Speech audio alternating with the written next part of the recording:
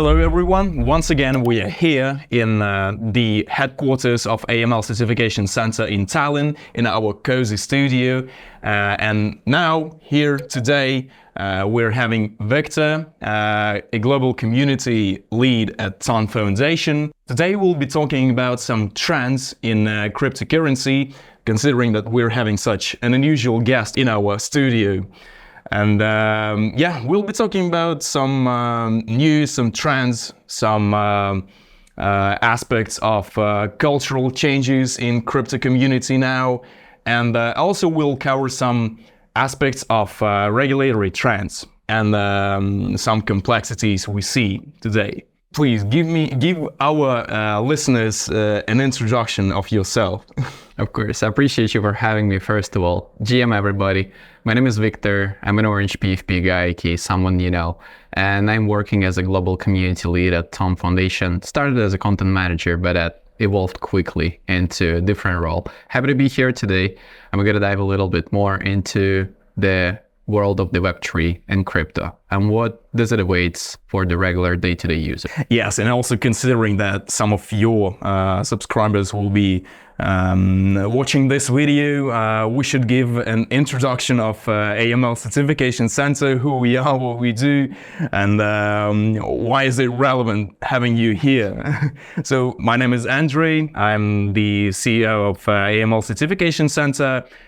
We are a community of AML and compliance professionals in different industries, in banks, in electronic money institutions, gambling, investment trading, and also crypto companies. You can follow the link in the bio to learning about us in detail what we do specifically, but basically we provide certification to anti-money laundering professionals globally, and also provide training to organizations. Hell yeah, it's actually pretty cool what you're doing. And I want to give shout out to an entire community of mine, all TON community and everyone watching. Guys, make sure you smash the like button and let's keep it going. Thank you everyone for watching us today. It's a big pleasure to be talking to you finally on camera, and you can see the voice behind this Orange PFP today. So yeah, it's actually very interesting. Speaking of the crypto regulations, I think first of all they are needed, but we need a sensible regulations which would make some logical sense in this regard, because what US been trying to do with SEC has been horrible in my opinion, and instead of protecting the consumer, it's been harming the consumer. And there has been quite an amount of stories around that too. I think you may know who is Gary Gensler, right? The chairman of the SEC. By the way, shout out to Donald Trump for saying he'll fire him at first day in office. I really hope that's going to happen, because this man brought more harm to crypto rather than any bonuses and benefits. And they've been meeting with FTX several times. I think everyone knows about the FTX fraud and collapse and everything that Sam Bankman-Fried done together with Element Research and stuff. It is horrible. And the thing is, SEC met with them at least twice on the record and did not find any suspicious, did not prevent it. Yet they tried to tank down Ethereum in the past, TON, Solana, all the other blockchains. And only now we're actually transitioning at least to some sort of sensible understanding of what crypto is. So I'm looking forward to MiCA regulations and what they're going to be looking like too. The MiCA regulation will be the first regulation of this kind, basically in the world. And as GDPR regulation, for example, which was a standard for all others regulations on data protection and etc., it might become that. It might become a sort of that standard regulation of the European Union to other countries. MiCA regulation, it's good. But now we should monitor how it's being implemented by the companies, how it's being monitored, the compliance with that regulation, how it's being monitored by the regulator, by the government. And now it's all about practice. We have all the theory, all the documentation, and etc. Now the task of the regulator and the government is to give a sense, give a detailed understanding of that regulation and what to do to the companies, to the community, and etc. Yeah. And the most important point here is that it's not about the documentation at all. It's about the ethical values. And I think that the crypto community, as well as others communities in the world, they value ethically good values. No, I mean, in this regard, the community does want sensible regulations. We want more protection of our interest of the consumer. It's just the entities that been in power for so long coming out of the US did not even bother to understand the industry and made complete bullshit crap regulations and tanked down on technologies that are actually important and decentralized in a sense. I think it's the matter of embracing the technology at first. When cars came out, let me give you this example. No one actually cared for the seatbelt. You know why it was invented? Because so many people died because of the accidents, So it's kind of the same thing. We experienced enormous amount of wrecks in the crypto space. I would say 99.9% of all the projects actually, existing in crypto end up not being good actors, let's call them that way. And we do need some sort of protection from them. And if we do invest our money or allocate our capital to those projects, to those products, we want to be sure that we're safe interacting with them. So the regulations are needed. And the crypto community is not against the regulations. We're against nonsense that SEC been doing. So I'm really looking forward to see what Mika going to do in this regard. I know they've been working closely with Estonian Web3 Chamber and several people, from the BananaConf and Estonian Web3 community, which is very cool because at least they are talking to people that been in the industry for years at this point, and not necessarily for money, but for the culture. So they are trying to understand the narrative better. So we're going to see in what it's going to evolve. But at this point, I can only hope for the best and that Gary Gensler will get fired. Yeah, that's good. Like if you agree, and write a comment. Gary Gensler shall be fired if you agree with this. We'll monitor the development of MiCA regulation also in detail. But yeah, we'll see. It's a pretty innovative approach of the European Commission. Yeah, and we'll see how it develops. But actually, it's much more, we just need a balanced approach. I mean, MiCA regulation is that balanced approach that we will have. Yeah. Because previously, the regulators were performing sort of a regulatory guillotine. They just cut all the crypto companies because they didn't have enough resources to monitor all the crypto companies, whether they are the bad actors or the good ones. They just cut everyone. Yeah, well, not everyone, but I would say like 90-95%. It's been pretty substantial drop, I would say. I mean, right now we have about like 15 crypto companies in Estonia, and we had over 100 at some point, and then they just disappear. I mean, maybe some of them were bad actors, and in a sense, it is complicated when it comes down to the companies because they leveraging the Web3 and crypto industry, not necessarily, making a decentralized protocols. Because when you build a decentralized protocol, you in a sense don't need regulations because there is no central entity controlling it. It's just running itself as a transparent layer of the network and everyone have access to it. And then it's up to, security audit firms to audit it and etc. But when we have a company that's somehow leveraging crypto, it'd be a centralized exchange, whatever, of course regulations needed. I mean, I don't want people to be wash trading money. It's like, it's horrible. It's harming us. It's harming the regular consumer too. So there should be the regulations in place to prevent those type of things happening. I just think they tried to tank down, in a sense, onto the DeFi ecosystem partially before. And that is not the right approach. I don't think so. It shall be done this way. And now they start to realize the power of the Bitcoin itself, for example. Because I don't know if many of you probably know it because you are in crypto, but if not, let me explain a little bit.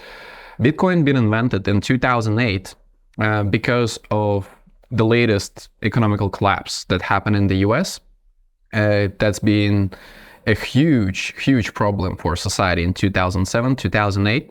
And Satoshi Nakamoto No one knows if it's a group of hackers or individual person. I wish I knew. Or an organization. Yeah, or an organization. Like maybe that's a government behind it. There's been some conspiracy theories. Maybe, no one knows. But the thing is, he wrote a white paper as the escape from the global financial system and creating the decentralized system that everyone could leverage and then have access to it, and it to be transparent and to cut off the middleman from the system. Because basically the banks are serving to be the middleman, and the banks are the problem because they are the ones that are running the system.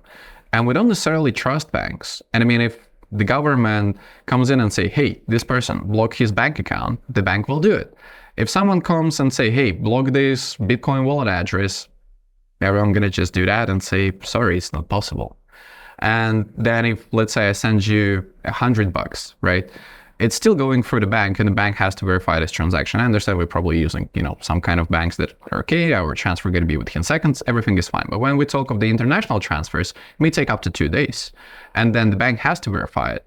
When we speak of the Bitcoin, it's peer-to-peer transaction coming from my wallet to your wallet. There is no one in between that can say yes or no. I send the transaction, I sign it, it's in your wallet. It arrived as the blockchain proceeds, as the block been mined. That's it. So this technology is revolutionary in a sense because it allows us to have a custody over our own money and actually be protected from the government, from the banks, leveraging their power over our finances. And I faced, a challenging situation when I received a huge fine, okay, and I had to pay it. And I told that, sorry guys, but I will be able to pay it only in 3 months. In 2 months, they start the process, in the court with me and trying to literally take away my properties away from me. They freeze my bank accounts and I wasn't even able to deposit needed amount to the bank so they could actually withdraw it and I could cover the fine because they froze it. And I mean, because of that reason, I don't have any money in the bank. In this room right now, there's 3 people actually. We have another Viktor behind the camera. We have Andrew here. I probably have the least amount of cash. I literally have, like at this point, maybe $200. And by the way, it's still debt. So I'm not really keeping cash in the bank because I don't trust them. I don't have cash in the form of money because it can be stolen. But when I keep it on the blockchain, good luck trying to even find out what my wallets are. I mean, some people are wondering, oh, let's find his wallet. So good luck. I mean, some are public and, you could access, you could see the NFTs I have. It's okay. But then I have probably at this point hundreds of wallets and I don't even know what the value of them is. Like I haven't gone to some for like 1 year maybe.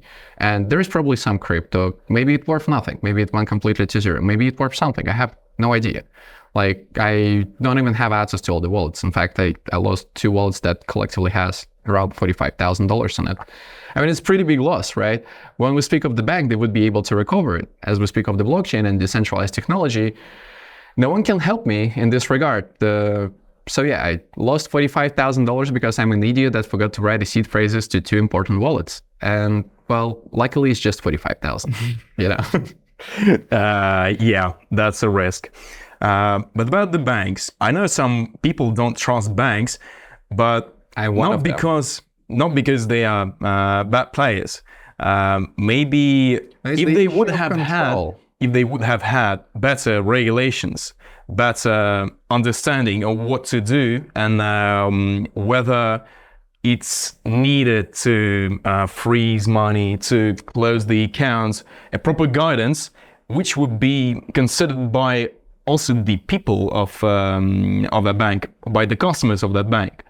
Like the banks right now are almost separate governments because they in a sense, I would say that the banks have leverage over the governments. They work hand in hand. It's like the entire mechanism. People think that politics are very different from financial firms, institutions, etc. It's not true. I think many of you maybe know about the BlackRock. You've heard this name before. If you haven't, just Google BlackRock assets under management. That's going to answer a lot of questions. But they have more than $10 trillion assets under management. For reference, there is only 2 countries in the world that has GDP bigger than that. It's US and China. That's just one single company. There's also Fidelity, Vanguard, State Street, and something else. I don't remember exactly all of their names. But why is it important? Because the BlackRock, if you're going to take a look at the S&P 500 index, which is the representation of 500 largest companies in the USA. And you're going to check the biggest shareholders. You're going to find out that the BlackRock, Fidelity, Vanguard, and State Street always at the top. So those are the people that controlling the policies of those companies. They are having their fair share in majority of the largest banks too. So when it comes down to the regulations in the banking sector, BlackRock is also involved into that, and they have leverage over the governments too.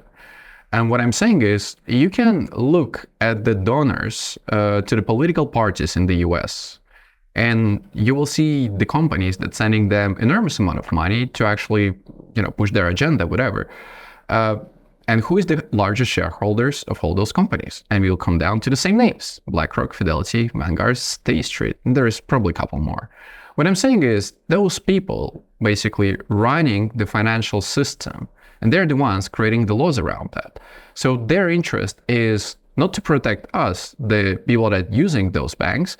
Their interest is to protect their own funds, their own control. They enjoy it. And I mean, that's the biggest problem that I have with banks, because I don't like being controlled. If the government doesn't like me and they can freeze my bank account and seize all my assets, why would I have it in the first place then? Why would I allow them to do that to me? Why wouldn't I keep that in crypto? And maybe people will say, oh, but crypto is risky, it's always volatile, it's never stable. Well, yeah, if we speak of the Bitcoin and other cryptocurrencies, but there are stable coins, right? You could keep your money in the USDT or USDC, whatever it is. And I'm not saying for you to do that, guys. Please do your own financial decisions. I don't care, whatever you do. But the thing is, I would prefer to hold 1,000 USDT on my wallet rather than holding $1,000 in my bank account, because of this leverage that they have. And if they don't like me, they will just take my money away, they'll take my properties away, and I will be left with nothing. But if they don't like me and I have it in crypto, good luck. Like, you have no power over it. Like, the only thing you could do is probably raid my house, find all the seed phrases, and then you would think I have all the seed phrases in one house, in one place. Well, it's not exactly that way, because if you keep your money in the centralized exchange, in the wallet, I don't trust centralized exchanges either. I mean, I am in touch with many, and I like the guys working behind. And I mean, they have best intentions in mind, probably. But I don't trust centralized exchanges after the FTX story. It's like, we're once again circling back to the same shit that the SEC did not control. And that is the reason why I don't keep anything on the centralized exchanges. There's probably, like, on my end, maybe $200 on the centralized exchanges. And then everything else, I just keep on my private wallets. That's it. Yeah, if you keep your money in the centralized exchanges, then basically it's an alternative to banks. So they are created, centralized exchanges are created to operate with fiat currency. It's like a gatekeeper of crypto world to fiat world. Yeah, but in the sense, we need them, exactly, to take our crypto into the cash. It's like, I still use centralized exchanges when I need to withdraw my money. I mean, of course, you could find someone that, would give you cash and you just transfer crypto to his wallet, whatever. But it's way easier if I could do that through the centralized exchange. And, now, like, it's already way better than it was 2 years ago. So if the withdrawals 2 years ago, let's say, been taking, up to a week to your bank account, now they happen within a couple of hours. If I will withdraw money right now, they're gonna arrive probably just in a few hours or tomorrow, and I will be good. So that's been a huge improvement. I think they say it's up to 2-3 days usually, but it happens nearly instantly now. Especially if you're in the Europe, we have a SEPA banking system, kind of cool thing. I'm enjoying that. So yeah, there has been a huge improvement in that, but it's the fact that crypto exchanges, centralized exchanges, are an important instrument in the whole system for us to take our money out. But what the governments fail to realize to some degree is that we don't necessarily rely only on the centralized exchanges. While they're trying to regulate them, create, all the sorts of taxation around that, etc., people integrating crypto as a payment methods. So you can right now actually write on Telegram, go to Bounty Bay, and start shopping inside of Telegram media, paying with USDT on Ton and Ton. And yes, that is interesting, right? It's like instead of instead of you withdrawing your money in cash and then going to, let's say, AliExpress or whatever, you can do that directly in crypto. So the good question, how is that supposed to be taxed? I mean, yeah, that's a question that governments cannot answer to. It's because of the way cryptocurrencies are being used, and the volatility behind them. Because first of all, people around the world use cryptocurrencies not to purchase something. Depends. More and more using it to purchase different things. Like, for example, I know there is several firms that taking Bitcoin for you to rent an apartment, like nearly in like 100 different countries around the globe. You can pay directly with Bitcoin. Yeah. I just believe that there will be, right now we're in a transitional period. Yeah. When and whether, but probably when, the cryptocurrency sector, the cryptocurrency industry will mature to the point when the volatility of cryptocurrency will be as much as the volatility of some fiat currencies. Then there will be no need to question the trading opportunity. But I mean, anyway, people trade currencies as well. Yeah. They hold currencies to keep value, I mean, to earn cash. Leverage is still possible in crypto. Yeah. There's platforms like Rulebit. You could go and trade Bitcoin with 100x leverage. You could use, Binance, centralized exchange, to also trade leverage. So yeah, I mean, to some degree, you're right. At some point, I think that Bitcoin will become one of the most stable things because of the amount of capital going to be inside of it. It's going to be similar to, how gold is kind of behaving right now. And maybe a little bit better because it could be spread wider across more hands, more people. So it's going to allow us to have something more stable. But in this regard, I don't think so. Crypto will ever stop to be volatile. I think it's designed to be volatile. I call it the game of hot potato. We gotta leave the link to the post where I explain the concept of hot potato. I have it on my Twitter. Check my highlights. But just because of how it's designed, well, it's still similar with the stock market. Let's say we have, a market cap of, let's say, 100 million, but we have only 10 million liquidity, right? If someone gonna pull 50% of liquidity out, the coin gonna collapse 50%, right? And they only pulled like 5 million out of 10 and out of 100 million valuation, right? And still it's gonna collapse 50%. So that's what I call the game of hot potato. And the secret here is not to be left with hot potato in hands. So while everyone is, jumping it from hand to hand, it's okay. But the moment the music stops playing and you're left with it in the hands, everyone take the cash away and you stuck with the hot potato and you burn. That's it.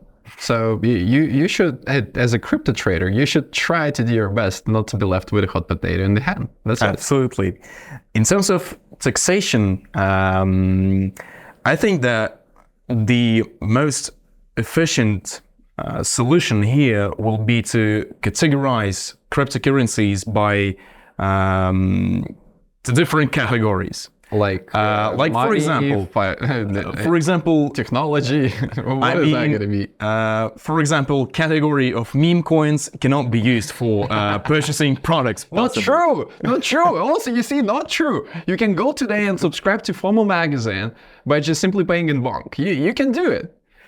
Well, so already, yeah. You can buy merch with Bong going to the Solana in real life events. And I'm sure there's going to be more integrations of other meme coins doing the same thing. So how do we treat that then? Because it's a meme coin in its core. It has no utility besides for the community invent. I mean, I could take some meme coins on Ton right now, and start selling my merch, accepting those meme coins.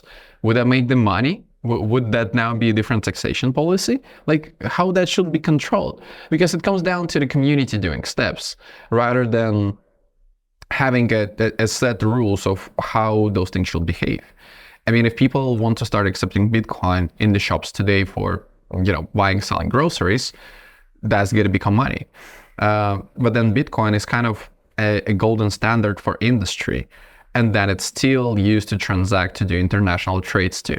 So how it shall be regulated? As money, as assets? What is that? Who defines there that? are How do we define it? different ways on how to categorize crypto assets. And for example, in Estonia and probably all around the Europe, the standard is to, it depends on how that cryptocurrency is being used.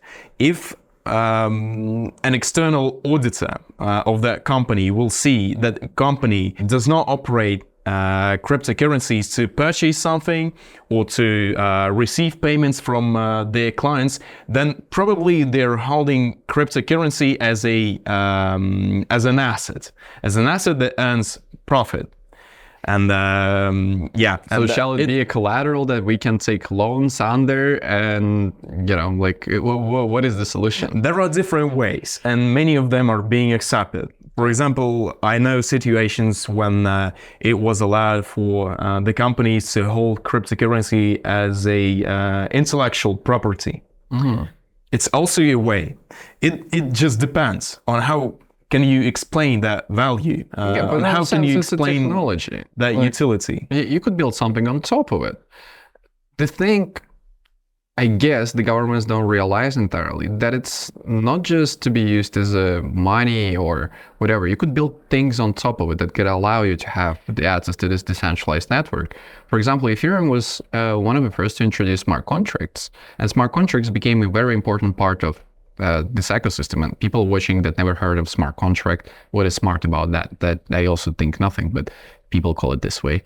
But the thing with the smart contract, they allow you to generate NFTs, generate tokens inside of the network. So Ethereum is not just the token that you could use for payments, transacting, you could actually build something on top of it. So with NFTs, it's called non-fungible token. What it makes it non-fungible is the fact that no other token going to be the same. They're all going to have their own unique string of number. Where if you create a meme coin, let's say, it's going to be fungible token. It's a different token standard. For the meme coins, let's say that would be ERC20. For NFTs, that would be ERC 721, I don't know, 721.8, etc. There is different variations. What I'm saying is, or 1155. I mean, a bunch of options.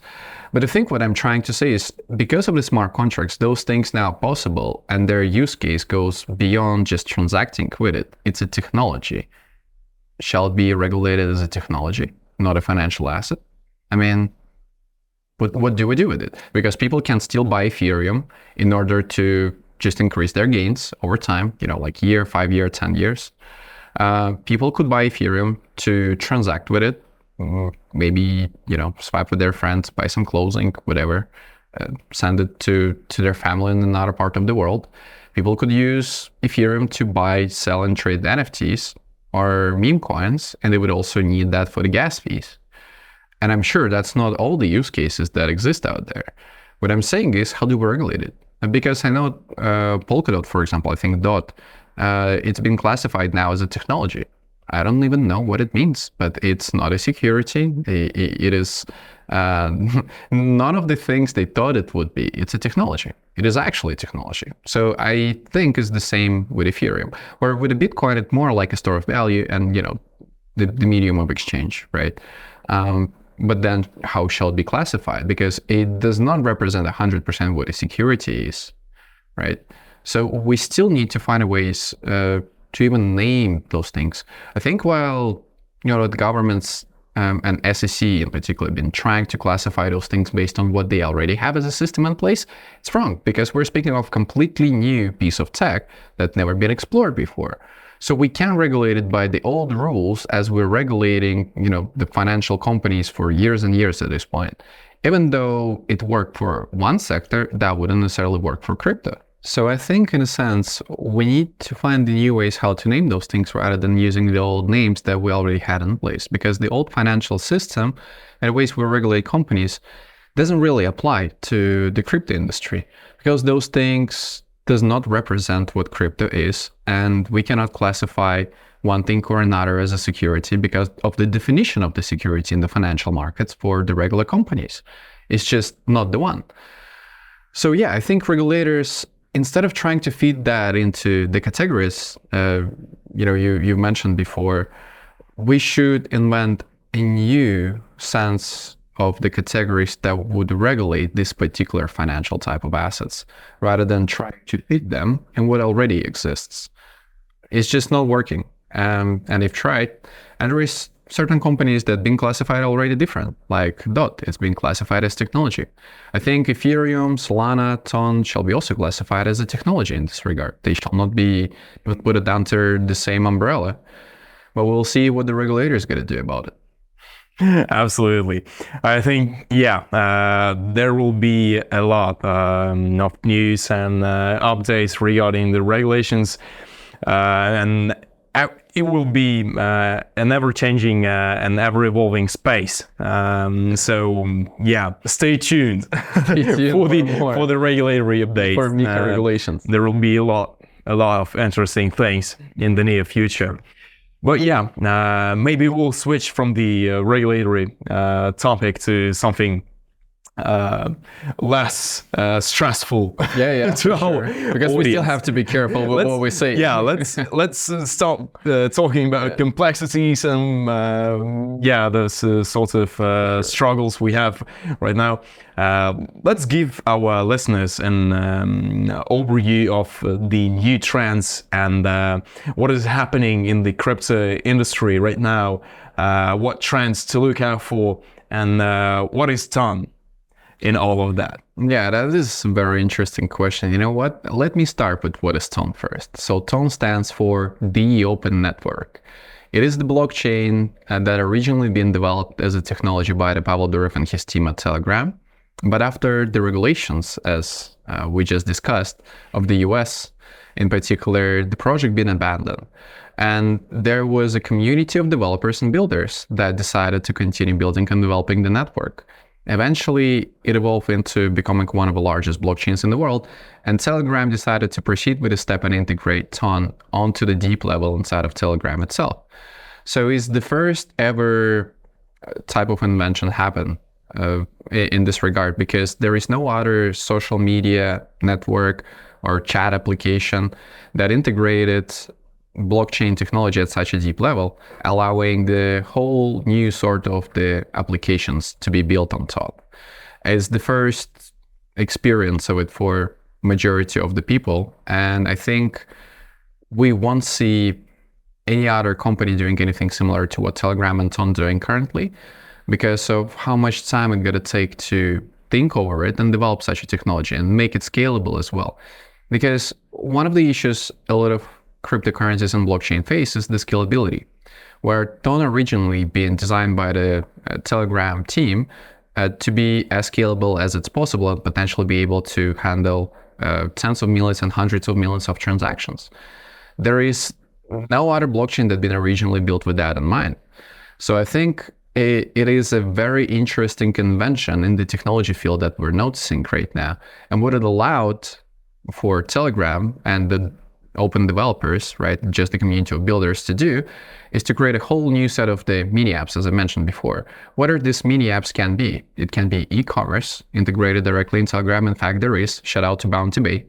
It can be mini games where you would be farming airdrops. Shout out to the Notcoin, who did an incredible airdrop for their community. And they actually the ones that started the tap to earn meta happening all over the crypto. Now there is more than 100 different tapping projects, all inspired by the example of Notcoin. They've been the first to lead the way and show what's actually possible. But what is truly interesting is the whole new set of applications that yet to be created. So we're speaking of games such as, let's say, League of Legends that already exist for a long time. We're going to see something similar created inside of the Telegram onto the blockchain, where people could actually have ownership over their in-game assets. And they gotta be NFTs, they gotta be tokens, doesn't matter. And what is important, while people think, oh, only the mini apps is what TON is paying attention, that is like the main thing. No, it's not even how it started. Telegram introduced firstly the ownership of your username and then anonymous numbers. So actually, if you have a username, let's say at someone as I do, I actually own it. And then based on my username, you could send me a little bit of the ton or USDT on ton through Telegram itself. And this is a new invention that never been possible before. Also because you own your username, you can actually go and sell it on the secondary market, like an open marketplace. And what is the difference between other social medias and their usernames, you would ask? Well, the thing is, and it's happened quite recently with one of the celebrities, I forgot his name, the Instagram just wanted his handle. So they came in and they said, hey man, you're changing your handle, we're taking yours away. You can pick any of the options we give you, but we're gonna take yours. You can not do anything about it. Well, if someone would want my handle on Telegram, they can get it because I own it in a sense. And the only way for them to get it to their wallets, to their Unicity, to actually have a control over it is to buy it from me, which is not going to happen, obviously, right? And that is the invention that is very interesting. It allows you to have an ownership of your own social media handle. Never been done before, especially at this scale. We're speaking of 950 million users, active monthly users in Telegram. Overall, the user base of Telegram, I would assume it's around 1.5 billion people. I don't know the exact data. You need to look on the internet for that. But the latest update from the Pavel Durov himself is that Telegram has 950 million monthly active users that now could actually own their usernames in a sense of true ownership, not a fake one, like with Instagram. Or, I mean, I love X and I love Elon, but please make me own my username on X. That would be awesome. Let us all do that. It's like we want this because we don't want to be, our part of identity taken away from us. And then another thing what I've mentioned is the anonymous numbers inside of Telegrams. It's basically, you could purchase it on the open market, at the secondary market. It costs quite an amount of money, of course, and it's not a financial advice, guys. I'm not telling you in the sense of financial asset or anything, but it has a use case because then you could have an anonymous number that is tied to your username, that is tied to your profile that you own, and there is certain tasks that you could do with that. It's like having a separate phone number that is truly decentralized in ownership by you. It's like still no one can take it away.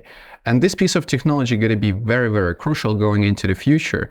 And there's only a set amount of anonymous numbers. And it's been also an invention, it's been a test that went very successful. And no one expected it to be so successful. So let's say if on Telegram I add your contact, right, I could share with you my private number. But if I choose not to, then you will see nothing. But if I have an anonymous number, that wouldn't give any of my private information to you. And that would be the only piece of information that is displayed. So you could own the number, you could own the username. Those are two major things that being done with the integration of Ton into the Telegram. And then it went further with developing the mini apps with, actually, it's one of the recent partnerships of the USDT integration on the deep level inside of Telegram too. Tether is the provider of one of the largest stable coins in the world by the market cap as well. And basically the deep integration of USDT on Ton, allowing now people to send USDT to their friends, family members all across the world, permissionless, just directly peer-to-peer, right? And it's all within the Telegram. So you could send money in the US dollar on blockchain that is still not controlled by any government because it's a network, it's a decentralized layer of the internet. And I mean, when we speak of, Europe here, it's pretty easy to use bank. It's pretty easy to use your card. I could send you 10 euros, you're gonna get it within like seconds, right? But when we speak of the regions such as Africa, for example, the majority of the countries in there, people don't have access to any banking services. And even if they do, it's usually expensive. So imagine paying 30% commission every time you're trying to send $100. That would be $30. That is a lot of money. And then a lot of people still don't get any access to banking. Their customer support is non-existing and it's complete shit. So if they want to send money to their family member in another part of the world, what the solution they have is crypto. And that's why Telegram is so powerful, because you don't need any third-party application to do so. And it's all possible thanks to the integration created by the open platform called Wallet. So Wallet is the mini app itself inside of Telegram that you can go right now to Telegram, just search Wallet, literally how you write wallet, and you can start using it today. It's gonna take you literally 10 seconds to create it. And there is non-custodial and custodial one, and there is a Ton Space Beta as well that can allow you to interact with NFTs and Memecoins. So there is 2 wallets inside of one application, basically. One is to interact with Ton ecosystem, and another one is more like the front page where you have only a set amount of tokens. Like there is Bitcoin, there is Ton, there is Notcoin, there's USDT on Ton, of course. So those are the ones that you could have in your ad wallet. But then in Ton Space Beta, you could have also Jetons. Jetons is basically the tokens inside of Ton ecosystem. So if in Ethereum it's ERC20, right? In Solana it's SPL tokens. Then on Ton that would be Jetons. That is pretty much it. So we all have different names for the things. I think it's obvious, and it should be done this way. So to interact with this, you would need a different wallet that is still inside, and to create it, it still would take you a couple of seconds. It's not a complicated process. And when we speak of the regular people, for them it's easy because they don't need to download anything. When people have to download something like, let's say, Phantom Wallet, by the way, I'm a huge fan of Phantom, and huge shout out to Phantom. They also follow me on X, great people. And, you know, before Ton and Telegram integration, before the wallet inside of Telegram, I think Phantom was the easiest piece of technology, but it's still not the best. And the issue with that it's not easy enough. And for people seeing the string of numbers, like a wallet address, is still complicated. You know, for them, interacting with something completely new is a little bit scary. And I understand them. Where Telegram being already widely used, everyone knows what Telegram is. It's a highly encrypted messaging app with a massive user base that proven itself over the years and have a huge track record. So with that said, why wouldn't you give it a try if you're a completely new person, if it's as easy as going and typing at wallet? And if you play in any of the mini games inside of Telegram, many of them do sort of airdrops, and they will guide you to create a wallet. They will put it as one of the first tasks. For example, right now, the largest Telegram mini app game is Hamster Combat. The latest update was that they surpassed 277 million players. It is probably going to be the biggest airdrop in the sense of amount of users that going to get it ever in history of humanity. Before that, Notcoin was the biggest ever. So now we've got a Hamster Combat that got nearly 10x of the audience size of what Notcoin had. And the thing is, for them to onboard tens of millions of people into the Web3, it was as simple as adding the first on-chain task, which is create and connect your wallet. And people just click on the button, and it opens the window, explains what the wallet is, and you click next, next, next, create, ta-da, you're inside. I mean, try it. I don't know if you have one. Take your phone, just give it a try, you know? It's that simple. Everyone watching, like, pause the video, go to Telegram and check it out. Like, I'm not bullshitting. And if you're from regions that don't have access to the ad wallet inside of Telegram, which is also pretty understandable because there are some regions that have regulations, as we discussed earlier, for example, US, then you would need something as a Ton Keeper. That would be literally like the sibling of Phantom. So if you interacted with Web3 wallets, then it will be easy for you. But if you're new, it's just another application inside of the App Store or Google Play Market called Ton Keeper in one word. Very simple. And then you can start with interacting with the blockchain technology in Web3 for the first time. For a lot of people, they don't even necessarily understand that they're doing any interaction with Web3. For them, it's like, oh, well, yeah, I want to receive some reward for my actions, for me playing the game. Now I can connect a wallet that I created with Hints on Second by a couple clicks. Oh, simple enough. How do I get reward? How do I sell? They will walk you through this process later on. So that's why it's important for the onboarding. Because, look, we had a huge issue of how to educate people to interact with it. Because we started with a very complicated part where, oh, you need that to trade NFTs, Memecoins, so you need to copy those long addresses that you need to find on all those random dexes. You need to go to all these websites and all do it all. And then please don't connect your wallet to something random because someone's going to steal your money and you're going to be left with nothing. Yeah. And you're already terrified. Absolutely. Education is one of the most complex subjects. Exactly. But now imagine you go in Telegram, you play the game inside of the Telegram, and it tells you, oh, if you want to receive the reward, you actually have to create the wallet. Simply click here, 3 steps, it takes you 10 seconds, you have one, congratulations, the next step that will be claimed, it will be at XYZ date, And then whenever the date comes, you just click claim, and I mean, all the instruction is in front of you. Like, you don't have to be a genius to figure it out. It doesn't have to be complicated. It can be done easy, but it's never been done as easy as now inside of Telegram, thanks to Ton. Yes, absolutely. Ton and Telegram, it's a very promising and far-looking project. They're creating a whole new ecosystem of many things. But here are always, any coin has two sides. Whether we want to, and when we simplify some processes, for example, to the people who do not have a simple access to banks, in Africa, a lot of crypto projects in India were trying as well. in virtually in a lot of countries. Yeah, in Brazil probably too. You know, there's some challenges too. Probably, but not so much problems as in Africa. Yeah. And the second part of this coin, the second side of this coin, are risks that are coming with the simplification.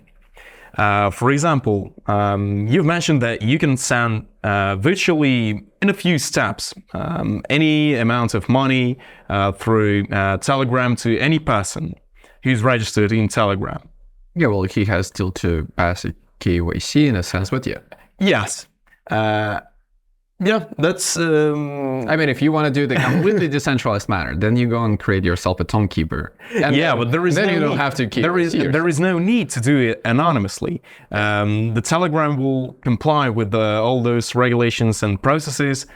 But still, there might be some crypto scammers, as to speak, that can write you a message to, they can spam many messages to many people, and some of those people will click on that link and send any amount of ton to that person. Like, it creates a risk of cybersecurity. If you simplify the process. The problem is usually between the chair and the keyboard.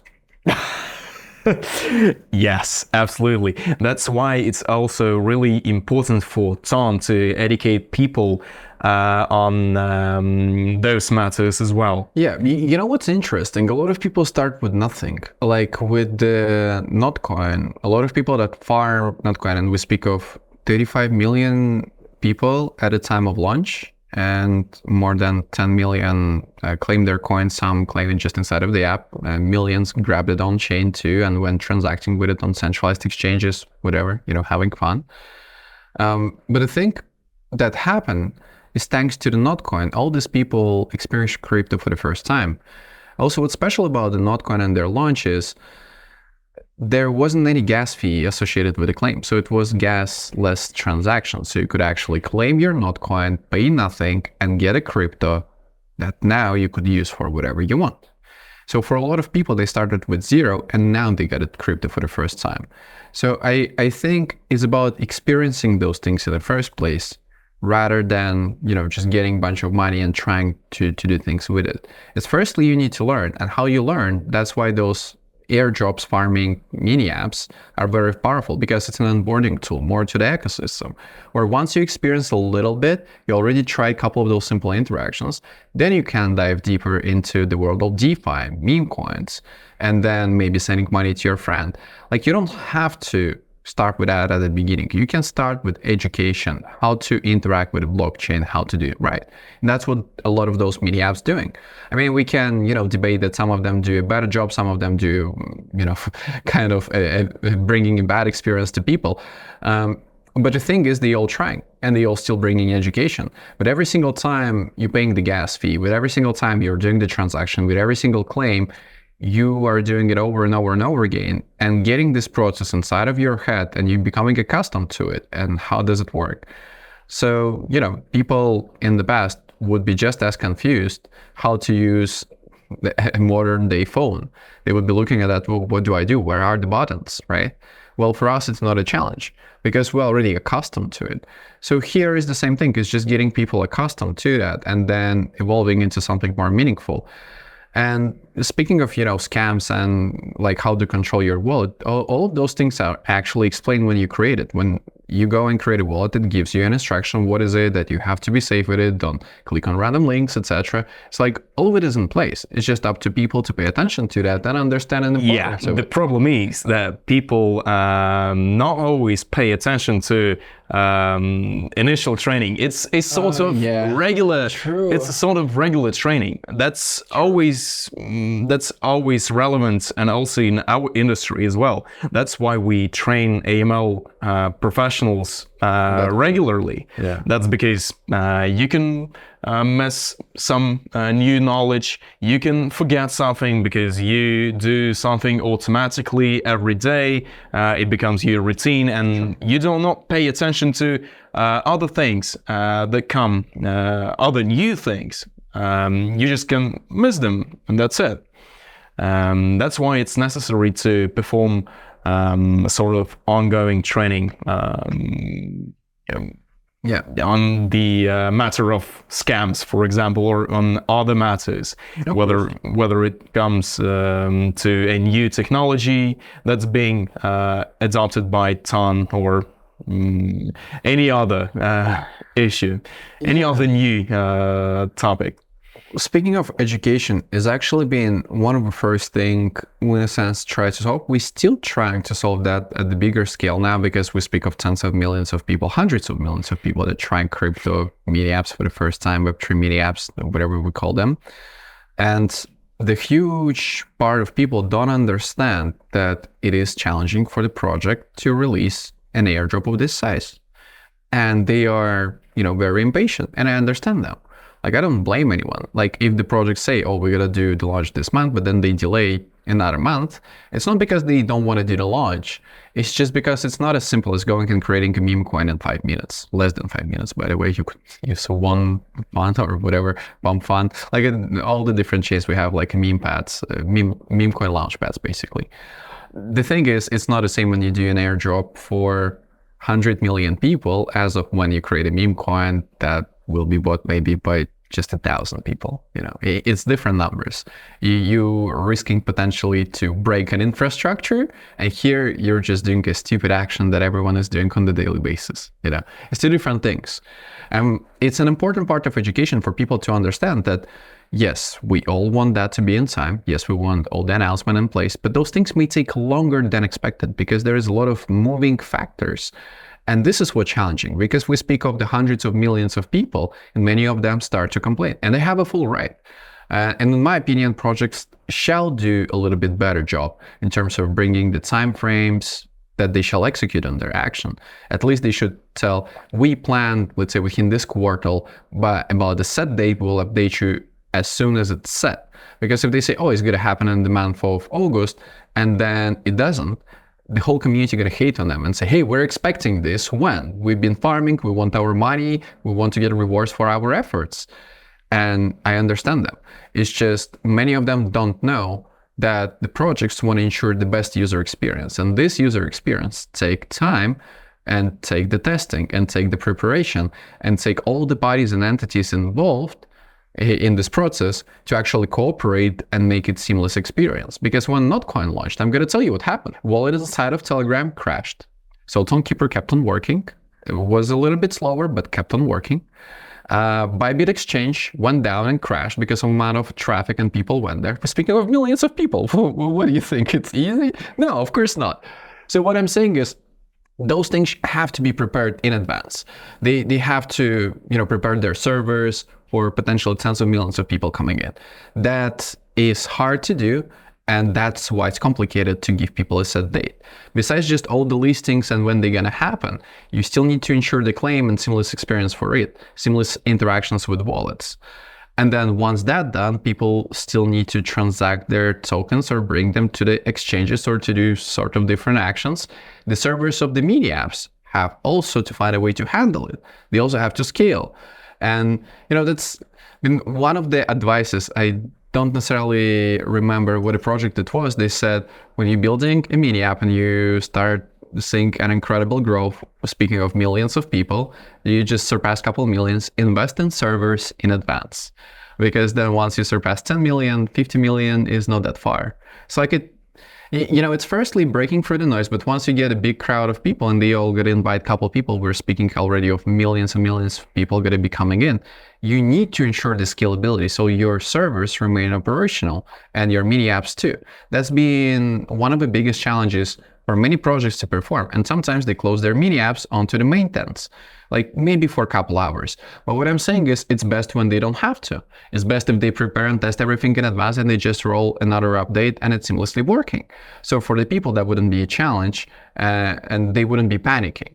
Like the biggest issue with that is panic is uncertainty. Because if everything is clear how it shall be done, if there is a set instruction in place, it will work, it will be good. But if there is no instruction, people will go to social media and pot the hell out of you because they don't understand something, because you haven't mentioned it, because you've mentioned different thing. And it happened with several projects, but in the result, people still needed a little bit of money for the gas fee. Still the problem, and now there is a huge amount of discussion about that. And I'm saying it's best if they could ensure this good user experience, but it's also complicated. And if all those things been announced and shared in advance prior to it happening, people would know that they would need a little bit money for the gas fee. They would be all good. There wouldn't be any problem. I mean, some people would still complain, hey, why do we have to? It's okay. But then it's your choice, right? Not to have it, not to prepare yourself. But when you don't know, this uncertainty is what produces the wave of hate and doubt about the project, about the network, etc., where the network has nothing to do with it. It's actually up to teams to ensure this experience. And I don't blame them. I think they truly try to do their best. It's just keeping everyone up to date with all the instructions before the things happen is the key to ensure the success. Because that is the education. Here. It is the education, that's what I'm saying. And for example, with the project that launched today, they've done a great job with educating their audience, which is 10 million at this point as of right now. But they did not mention that people would need a little bit of tone for gas. And people hate on that. I mean, if I knew this piece of information, I would share too. Maybe I should have asked better questions to find this piece of information. But in my opinion, teams should just educate their audience about this fact too. So to say you would need around $3 to $5 to just cover the gas fees, keep that in mind so you're ready when the time comes, right? And if that would be the case, then some people would be like, oh, I don't have $5, that's it, I'm done. They would be gone. Some people would be like, yeah, okay, fine. I'm going to get $5 and I'm going to be ready for it. But a problem happened because they didn't know. And besides this little factor, beside this little dot, everything else went pretty good. I mean, besides, of course, the overload of their media, people had to refresh. For some people, it's been showing the error for a little bit. It took some time. I mean, it's always challenging. But what I'm saying, if people knew in advance all the steps they would need to take, it would be a better experience. They would be satisfied a little bit more. There wouldn't be such a huge negative wave. And in a sense, it's really hard to follow the standard of what Notcoin did in the past and what they do now. Because they made it an easy experience, they made it fair, they distributed 94% of an entire supply. It was gas-free. I mean, all the biggest exchanges in the world list them, right? They generated a ton of volume, they generated a ton of hype that resulted in the whole movement of the tap-to-earn narrative being created. Right, and more than 100 different companies as a result. Now, speaking of the trends, I've left that at the point before that a Notcoin basically invented the whole tap to earn meta, right? And there has been more than 100 applications created. The thing about it, it's more, a trend that is not going to be here for a long time. So that won't last forever. I think it is a great beginning point, but projects has to expand to different mechanics to make it sustainable because people get tired of doing the same action. It's like, how long would you spend tapping on your screen potentially versus actually playing into the interesting games, which is, another important narrative in the space is Web3 gaming. And people have been talking about the Web3 gaming for quite a while and the implementation of crypto and the ownership of your in-game assets, etc. And we've seen in the last bull cycle, the successful example of Axie Infinity. But at their top, they achieved a little over 1 million users. It's not that substantial yet. It was a very big step for the ecosystem, for the whole crypto space. Where now, with Telegram and Ton, there is a whole new set of Telegram mini apps, as we discussed, achieving tens of millions and hundreds of millions of users. Now we get to see more complex games, like AAA gaming studios coming in and building their products, similar to what I mentioned with League of Legends, let's say. Similar to maybe GTA San Andreas. Like those type of games will be invented, and you gotta own the assets inside of those games. So by playing, you not just gotta have fun and enjoy your time with your friends, but you actually gotta be able to make some money potentially as well. I mean, there's of course risks associated with that. You still need to perform on-chain tasks. You still need a little bit of crypto in this regard, let's say Ton, for the gas fees and transactions, of course. But that is a very interesting narrative. And I think gaming industry on its own is a multi-billion-dollar industry as of right now. And within the next, I would say, couple years, it's going to become several $1 trillion industry. So we're about to see the shift of the regular gaming into the Web3 gaming. And the studios such as Ubisoft, etc., they also hiring Web3 and blockchain professionals to help them develop those new type of mechanics in their games and allow people to have the ownership because they understand the trend.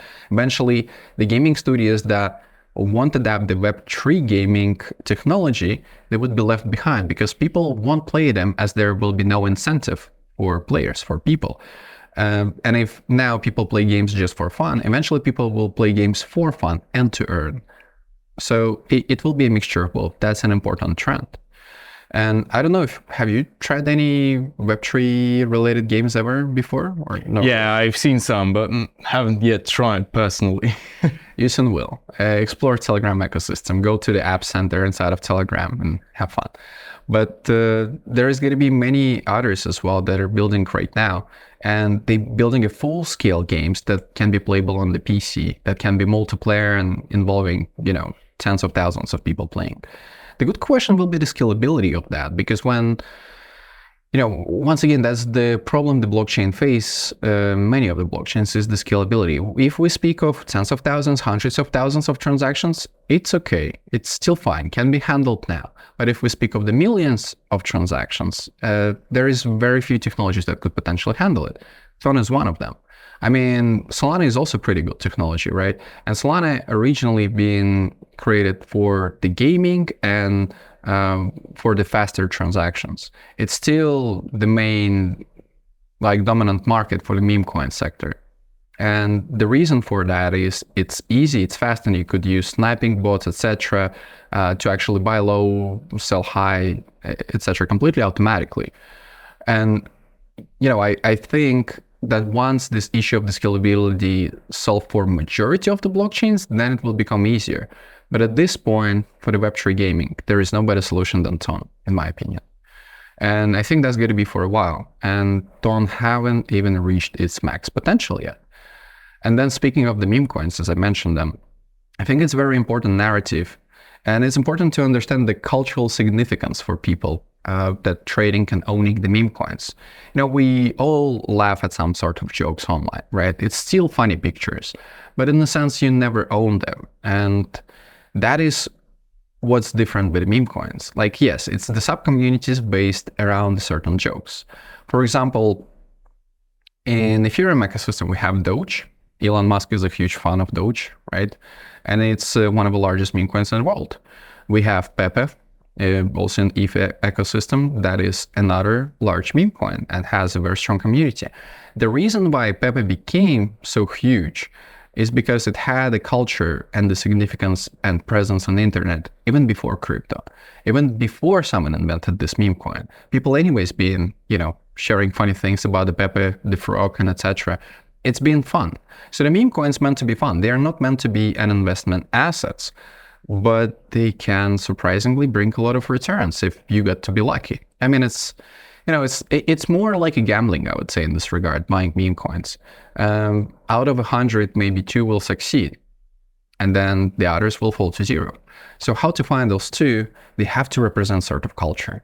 And then in every ecosystem, there is those cultural phenomena. So in Ethereum, it's Pepe, it's Doge. In Solana ecosystem, for example, it's Bonk and Doc we've had. By the way, Bonk is an interesting story because they achieved this result, this meme coin achieved this result thanks to the community that created new ways how you can use it. So what happened with me, I went to the Solana hacker house in Berlin at the depth of the bear market.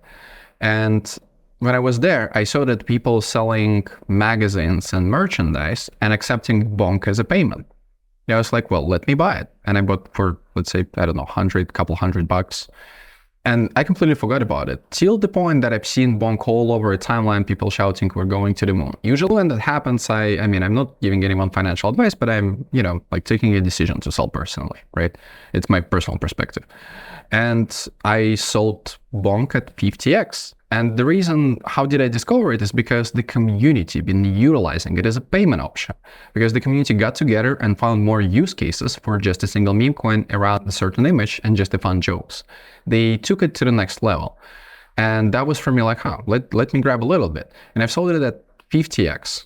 I mean, a couple of my friends told me, hey man, don't sell just yet. And I thought, you know what, when something does 50x, I better take what's on the table. But then it did 150x in total, and I mean, I missed another 3x. It's pretty substantial when we, speak of, let's say, $100 and then 50x or 150x. It's two different numbers in result, but I mean, I'm not in a situation to complain. It still was a good return. But I discovered because of the cultural significance for the community that started accepting it as a payment. With Ton ecosystem is no different. There is also its own cultural significance that comes from back in the days of what Pavel Durov and Telegram went through. So in this regard, in Telegram and Ton ecosystem is resistance narrative.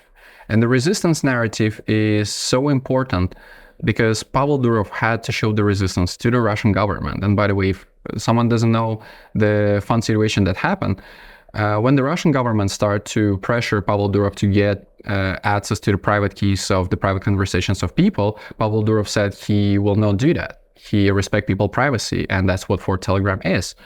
They said, well, then we'll start banning you.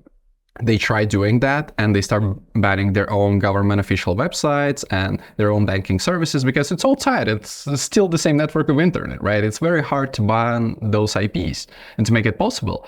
So that was when the resistance was shown, and Pavel Durov had to flee his home country in order to continue with his business venture, Telegram. Where the previous venture that he actually had was VK, Vkontakte, that he sold to basically Mail.ru and Russian government, right? With the Telegram, he decided not to give up any private keys. And what he did is, when they asked him for the keys, he said, here is the picture of my keys. He literally took the picture of his keys laying on the table, posted that online and said, hey, have it. And just flee the country, move the servers somewhere, no one knows where they are. And Telegram ever since remains operational. But the story went further. So Pavel Durov went to Europe, to several countries. They also didn't let him to do the business. They also wanted the control over it. They wanted access to those conversations. He went to the US thinking they would allow him. The same story. He had to show the resistance to the guys on the street trying to rob him and grab his phone. And he says himself that, yeah, 3 guys tried to fight me. I had to show some resistance, right? And then he finally moved his business to the Dubai, and and you are allowed him to actually run that based on to the values that he portrayed. Of course, to some degree, like he gives access to the certain chats where it has to do with, let's say, terrorism or money laundering, or, like a bad things. Of course, he's ready to give this information and cooperate with the governments. But when it comes down to just people's privacy, he said, you're not going to get access to it. That's what the resistance meant for. And back in the days, to actually show, the power of this community and to portray the resistance in a little new way, he created one of the first sticker packs, hand-drawn by him, was a resistance dog. And till today, there is a meme coin community, which is one of the largest on Ton ecosystem, that is completely based on this culture. And then, based on the protests that happened back in the days, once again, when Russian government been pressuring Pavel Durov, there's been tens of thousands, hundreds of thousands of people, millions of people potentially, went outside on the streets and been dropping paper planes made out of the paper into the sky, trying to show the resistance of the government control over the people's privacy. And based on that, there's also associated meme coins such as a paper plane, let's say. What I'm saying is the significance, the cultural importance of those narratives is what makes them special. And basically, in turn, anything that has a name resistance, somewhat getting more attention, just because of this cultural significance for the Telegram community itself, which has 950 million monthly active users. And there is at least 100 million people that remember all this story of Pavel Durov actually showing the resistance to the governments, not giving people privacy and not giving up on his business venture. Even though it was challenging, he had quite literally physically to fight with some people outside on the streets in order not to get robbed and not to get access to those things. So it is very culturally significant for every single Telegram user that's been here for a long time. And it's very important for the Pavel Durov himself. He still highlights the word resistance when he is on interview, for example, with Tucker Carlson. If you listen back to it, guys, you will see where he says, I had to show some resistance. And he made a bows to actually emphasize this point. So that is one of the important narratives. So I think meme coins based on the culture got to do overall well throughout the bull market, where the meme coins that form their own culture and sub-communities also has a fair chance of succeeding to this massive level, but it will be a little bit more challenging than overall direction. Not saying impossible, because what Bong did and look we've had is been just community pumped like this, and community got together and pushed that forward, and they created new narratives. So you need to stay tuned to actually see what's going to happen next. And then there is many other narratives happening in crypto right now. I think AI coins, because people don't understand shit in AI, they don't understand shit in the meme coins. Combining both, it's hype, it's FOMO. Everyone talks about AI and they buy it. I mean, those things can print you a lot of returns, but you can also go down 100 times, till zero. And it's very hard to find something meaningful in the AI meme coin sphere. But it is also very important, and it is also a hot topic. It's trending on X, for example, daily. I'm using X as my main platform, and Telegram. Also have my own Telegram channel called Nothing to Look At. Guess why? Because there's nothing to look at, guys. Feel free to join. But it's been pretty fun to see this journey. And one thing I can say, speaking of all those narratives, is that the community is the most important thing. Community is everything. And if you don't give actually enough back to them, they will turn against you and they will destroy everything that you've been doing. Those people have the power that you have no idea about. When we speak of, let's say, 1,000 people that hold your coin and maybe you have a huge amount of funds, it may work out. But when we speak of tens of millions of people, and if you piss them off, man, good luck. I mean, for you, it will be a challenge just to get outside of your house in certain countries after that. Because if you fuck them over, they will fuck you over 1,000 times. And they won't forget this. I mean, we're not speaking of one person, right, that maybe will forget. We're speaking of tens of millions. How many of them will remember till the last day of their life that you flipped them over, that you took their money away, and you did something bad to them? I mean, everyone shall be ready for that. So the community is everything. And don't underestimate the power of the community. The community gave me the ability to have a voice and speak on their behalf, and I'm very grateful for that inside of Tone ecosystem. But the thing is, it's just naturally happened because I truly am a community member first. And then I got, the position and the job that I've got and everything that I do. But I started as a community member, and I'm a community member first. And as every single community member, I also get frustrated with things. I may not be able to comment on every single thing. And I'm sorry, guys. I know you want me to morally destroy all these projects that do even a slight thing wrong. I understand, but please hear me out. Just can't do it, because that's going to produce more harm, not just to you, but to an ecosystem itself. So I have to be more tactical with what I say. And what happened is, if a lot of community members report to me the same thing, the same issue, what I do, I go and I tell teams about that. Hey guys, the community is unhappy about your latest update. Do something about it. And if after that they don't come out with the update, the community will really crucify them. So, I mean, the community may get still pissed on the updates and, them addressing these issues, but they will be a little bit less mad because you spoke to them. You at least shared. Some people will understand, some people won't. But when you don't share anything and you do something wrong, don't piss off tens of millions of people. They're going to make you pay for that. They're going to make you pay hugely.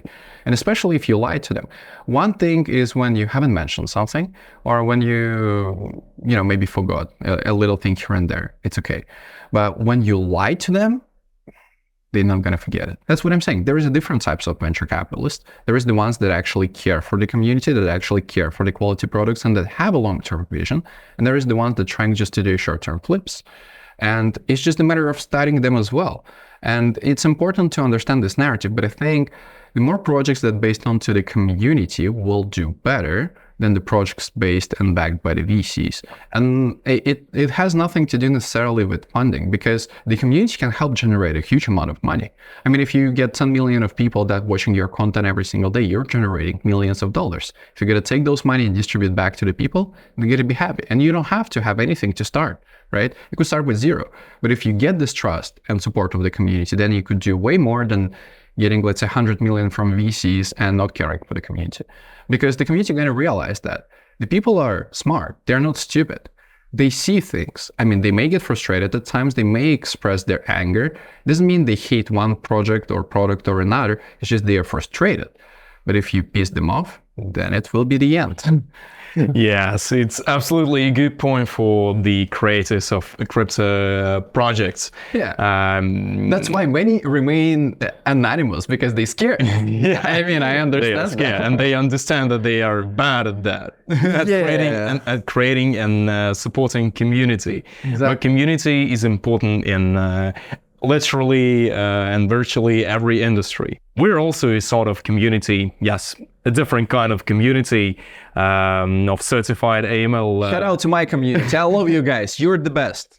And shout out to my community. I love you guys. Look, if you got a piece of this, guys, I wish you the best in your life, but I love people. Your guys can also be a part of our community if they want to. Indeed, if they want to learn about crypto regulations, make sure you drop a follow button.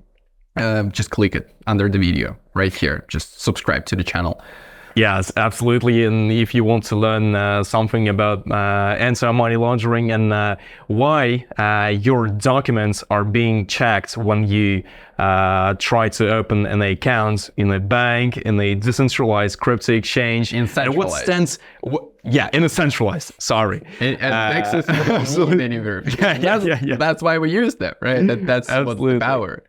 So if you want to learn more about why you are being checked and why it's important for virtually every company that deals with huge amounts of money, stay tuned. Now, this is also interesting perspective. I used to say very often entertainment over promo. And as I explained to you before we even start with the podcast, Liquid Death is one of the greatest examples of that. Guys, by the way, everyone watching, just go to the YouTube, check out some of their ads. Just find it. It's quite easy.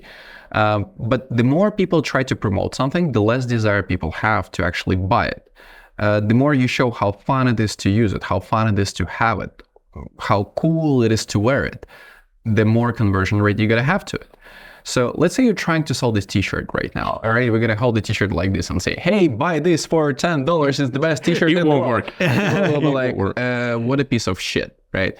And then when you say, hey guys, look, I've got an awesome t-shirt. You like how it looks? Go check the link in my bio. By the way, there is nothing, guys. I'm just giving you the reference, an example. That will be a little bit different, because now you show how it would look, how it would feel, what it would signify, rather than trying to sell the product itself. And I think in Web3, we also see a huge shift toward what it will mean for you as a user, or what they're really trying to do. So if the users understand the value they're getting, or the fun they're getting, or the joy that it would experience, that would produce a better result for you, rather than you trying to sell them the technology no one cares for. I mean, not to tank down on anyone, but there is a lot of technologies lately released and some airdrops done from big companies, other blockchains like layer 2s, etc., that has no user base, no one cares, but the people have been shilling the hell out of them. And guess why no one buying them? Because it's not fun. There is nothing to do. You go there, it's like a graveyard. There is no people to interact with. There is not much to do.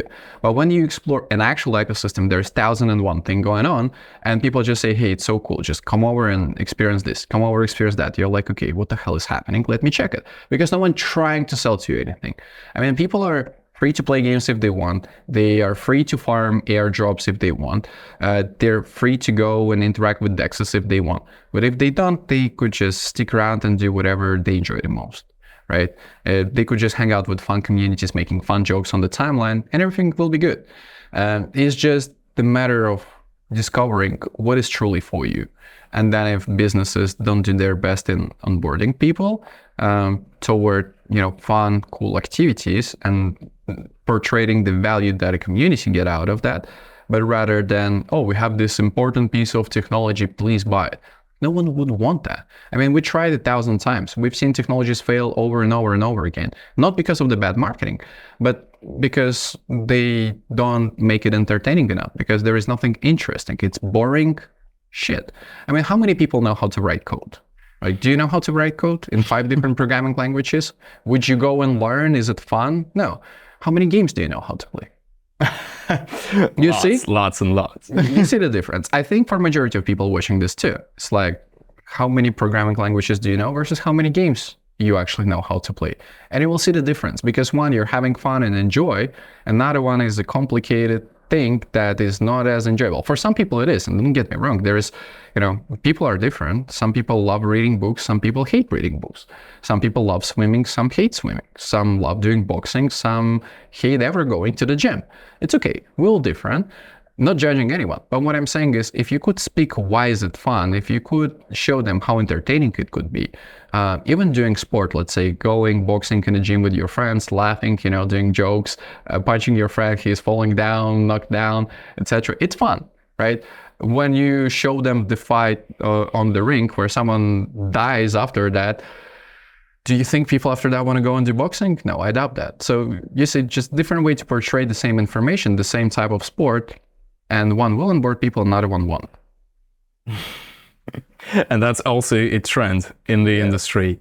Karate combat. Everyone. Karate combat is a trend. By the way, shout out to Karate combat. No, look, those guys are pulling together the influencer fighting right now, of crypto influencer fighting.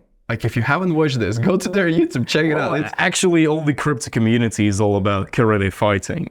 Yeah, you see? And then, look, if there is some influencer that truly hate me, we may also go and fight at Karate Combat. Why not? But I think there is no one that hate me so much at this point. But what I'm saying is, yeah, that is also the narrative. Because people love fighting. People love sort of controlled violence when it's in a setting, right? And when they see their favorite influencers, maybe they hate one another, or one community hate another influencer, they want to see this rage take place. They want to see this physical fight. So it's another important narrative. I think Karate Combat has a very fair chance of becoming very big as crypto grows itself. Because I don't think so UFC want to bring just influencers that has no experience in fighting. I don't think so they really care for it. But then Karate Combat would love to. And I mean, yeah.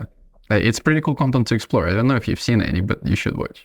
And it's not only about the utility of every project and showing how fun it is, it's also about the personal values that every crypto project shows to their community, and whether those values collide with the values of the community. Yeah, that is very true. And there is a great example of, when people set expectations, then people start expecting something from you, obviously. And if you don't deliver, they get mad and pissed. And that's already against their values, because, oh, you said so and you didn't do that, so you're a liar. And that speaks to me too, because, I mean, yeah, don't say things if you are not sure, if you're not ready. But then there's going to be projects, businesses that are going to say, well, there is probably nothing. We're doing that for fun. Let's see what's going to turn out to be. People are like, yeah, I love fun. I love not knowing what's going to happen. Let me jump on that. Let me explore together. Let's find out what it's going to end up being. And that's what happened with Notcoin. That's why it went so successful. They promised nothing, literally. They actually created it as a joke. They just literally reversed ton, so that's why not. is the name, not coin, Ton Coin. You got it, right? So they literally started as a joke, and then it evolved into very, very meaningful community that speaks to so many people, because it's been just a funny joke in the first place, not any other intention. So yeah, I mean, different communities has different values. I like catism, for example, and they love cats. They are a community of cat lovers, and the founders and the team are really genuinely care for cats. And I understand some people get frustrated with, their ways of doing things, maybe doing donations to all the charity organizations, etc. But it speaks to me, and I'm sure it speaks to tens of millions of other people, that there is a company that is building a sustainable business, that is doing something cool for the people that participate in their game, and yet they're donating money to the cause to supporting cats. And the game is based on cats. For me, it speaks to my values because I love animals, and I think, that there is a lot of animals that could be saved. It's just a matter of providing this help and support to them. So what I'm saying is, while we don't know the future and how, the business is going to work out, the values the communities hold are indeed very, very important. And if it speaks to you, or if you just laugh at joke, feel free to join. If that does not speak to you, that is not something for you, well, explore. There is thousands of options. It's like no one holding you back from trying a different project. Maybe you're a dog person, right? Like there's dog associated projects, businesses, etc., charities as well. If you're a cat person, we just discussed there is a catism. Maybe you don't love animals at all. Well, there is projects built not around the concept of any animal too. It's like there's a bunch of funny meme coins based onto the politicians, like Donald Trump or Joe Biden. Those, by the way, Joe Biden meme coins went to zero after Joe Biden dropped out of the presidential race and stepped down as a president. It's been so epic to see. But what I'm saying is those are also a couple of options they could explore. They also culturally important. People love Donald Trump, so it's not surprised they enjoy this meme coin. People enjoy Tucker Carlson because he's one of the greatest interviews of all time. So there is a meme coin associated with him. I mean, no surprises, not going to zero because Tucker Carlson doing wise things, and he's a funny person, and he has his own sub-community. And even if it's just 1% of this community that are gonna, enter this culturally significant meme coins, it is still gonna be a pretty exciting journey. It's in a sense of people forming their own sub-communities, their own businesses based onto the bigger trends. Once again, there's been so many trends. I mean, celebrity meme coins been another massive trend. And by the way, I hate on this meta. I've answered several celebrities that I won't promote their shit. They offered me insane amount of money. I said no. And if you want to know what the money they offered me $30,000 for 2 hour space. I said no. Another one offered me $20,000 for 2 hour space. I said no. And I mean, a lot of people in my position would say yes. But I don't care for their celebrity coins. I don't care for this. Because your values and the values of your community do not collide with their. Exactly. So basically, these are the trends we see right now within the crypto community. Gamification, games. GameFi. Absolutely. We call it GameFi, yeah. Yeah, absolutely. Games, gamifying.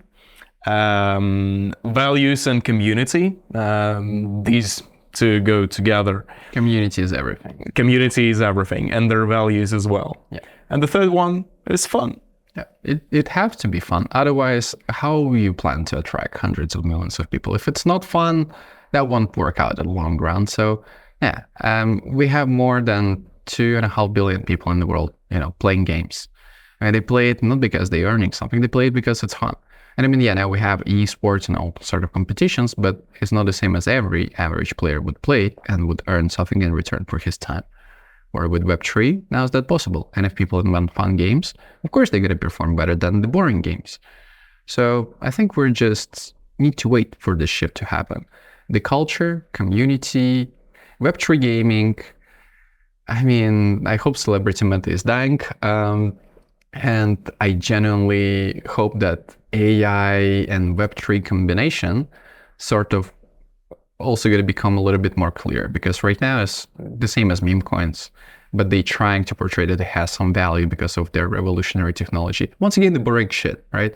But people are excited because of AI. AI, absolutely. So everyone uses right now in their promotional materials and on their website AI, right? the abbreviation AI, but Many doesn't even know what it means. Yeah. But the only thing that have been done with AI is, I don't know, text written by ChatGPT. So Well, and that's the AI implementation. is going to be so powerful. It's like the video generation, next level type of visuals.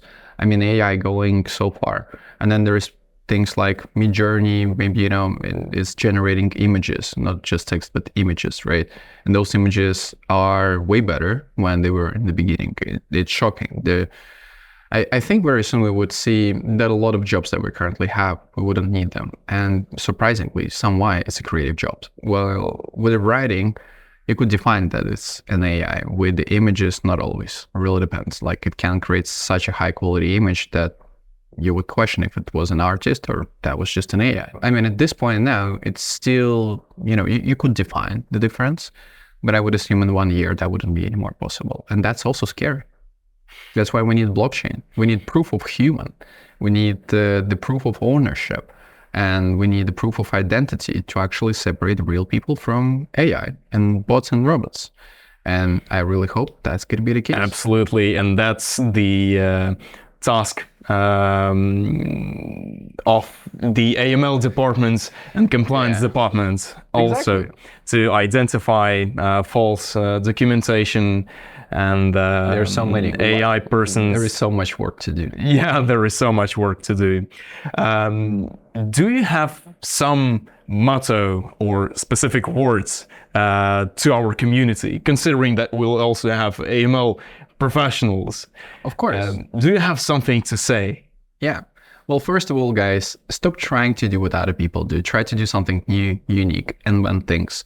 Because we as a humanity, we're only getting started. And remember, community is everything. It doesn't matter what a business you do. If you fail to build the trust with the people that use your product, if you fail to build a trust with your community, I doubt you will have a successful future. So always value them. Always listen to their suggestions and their opinions, and try to make the best calculated decisions you can.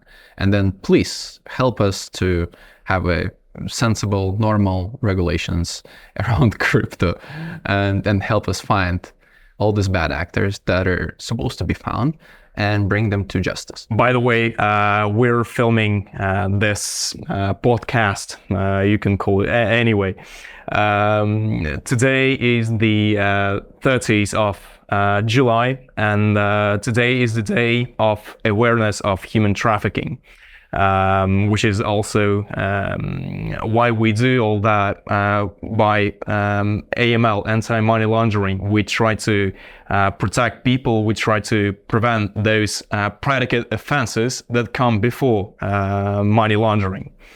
Because money laundering is not the first offense where the dirty money come from. Yeah, sure. These are the offenses. Horrible. I wish world gonna become a better place, and I wish people gonna do more good with their power rather than bad. Yeah, that's one thing I can say. You know, I choose to do with my power what's right for people, what's best for them, what's best for the community. And I decided not to do things for money. I wish more people were like this. And we have a few in the world. Elon Musk, Pavel Durov, me. I mean, there is a lot more, but it's a good start. You know, Mark Zuckerberg is different. I mean, I don't necessarily like the lizard as much, but, you know, it really depends. Maybe people like Mark Zuckerberg. Maybe they're fans of him going into AMA now and whatever. It's like, let the man fight, let him enjoy his life. But yeah, I think more people need to do what's truly important for the culture, for others, and for their communities, and do good with the power they have rather than bad. The knowledge I have can be dangerous, but I use it in the best way possible rather than for the worst case possible. Absolutely agree with you. Thank you, Viktor, for visiting us and for such an interesting Thank you for having conversation. Please support us with your like, and subscribe to our channel to learn more about financial crimes, anti-money laundering, about crypto currencies, and etc. We'll have a different sorts of materials here. Stay tuned. Love you guys. GN. Until the next one. And thank you for watching. Drop your likes, your opinions, comments, and I'm going to post that on my timeline too. So make sure you're following me on Twitter, on X, and all other social medias. Drop the follow to the guys and watch what they are doing. They're going to bring a huge amount of education to you also around very important topic, which is regulations. Stay informed and protected.